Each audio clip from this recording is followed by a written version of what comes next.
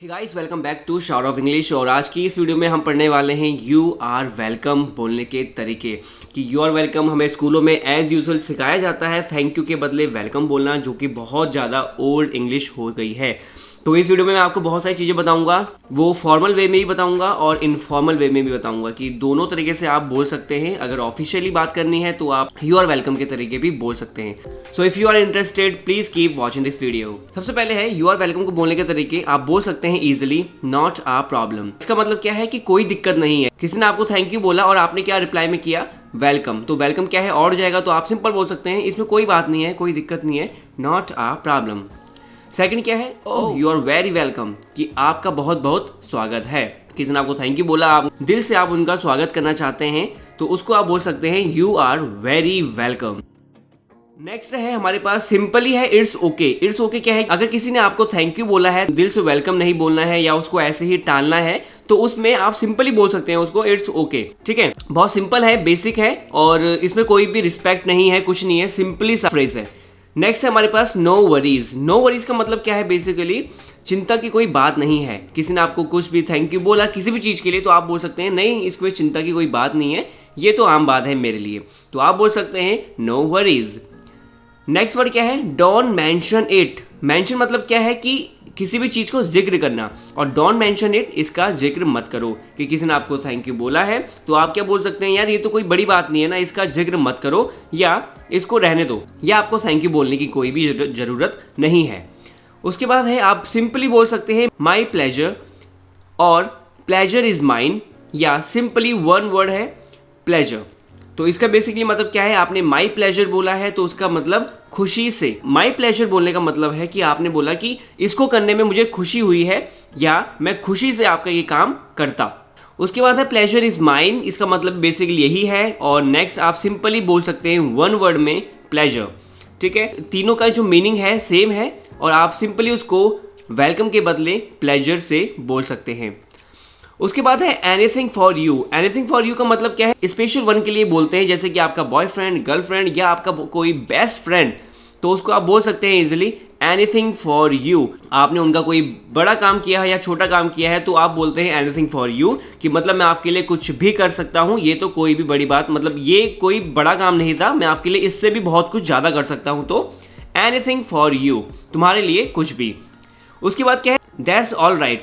That's all right भी क्या है, बहुत ही सिंपली सा है, जैसे कि इट्स ओके है, वैसे ही जैसे किसी ने आपको बोला thank you for picking up my call, तो आपने बोला दैट्स ऑल राइट या इट्स ओके, तो उसमें आप सिंपली बोल सकते हैं दैट्स ऑल राइट।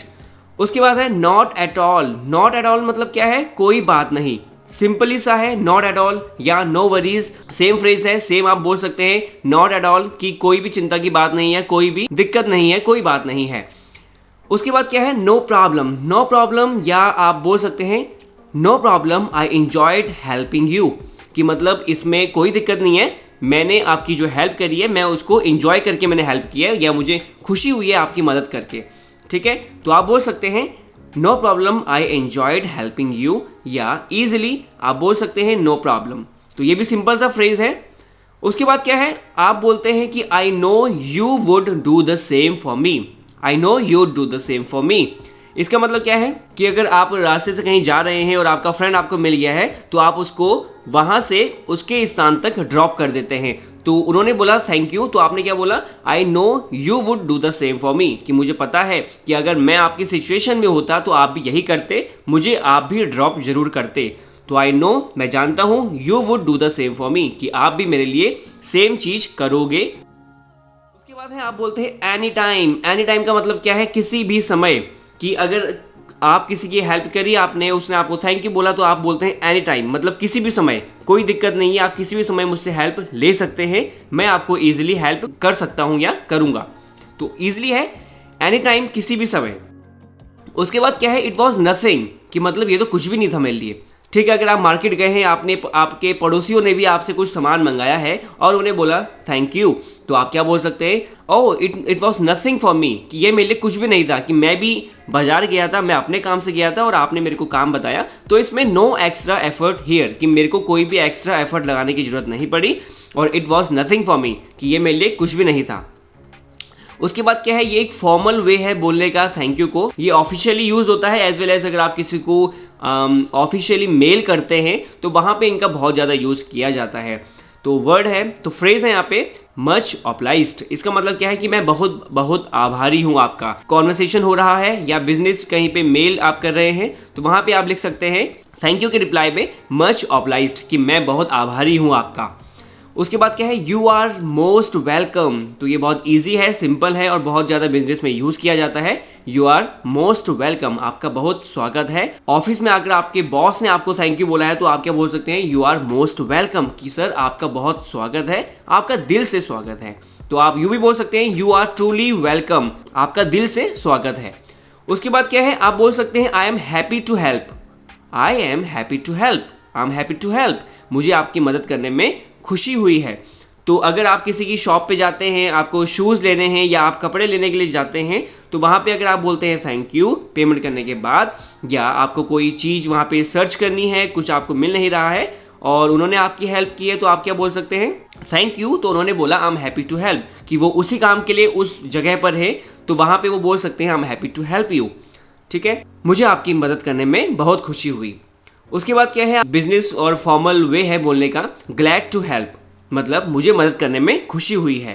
कि ये भी सेम टू सेम है कि आप जैसे बोलते हैं I am happy to help, वैसे ही है ग्लैड टू हेल्प। ग्लैड मतलब भी क्या होता है, हैप्पी। तो मुझे मदद करने में खुशी हुई है। तो अगर आप कस्टमर केयर कॉल करते हैं तो वहाँ पर भी बहुत ज़्यादा यूज़ किया जाता है I am happy to help you या ग्लैड टू हेल्प यू।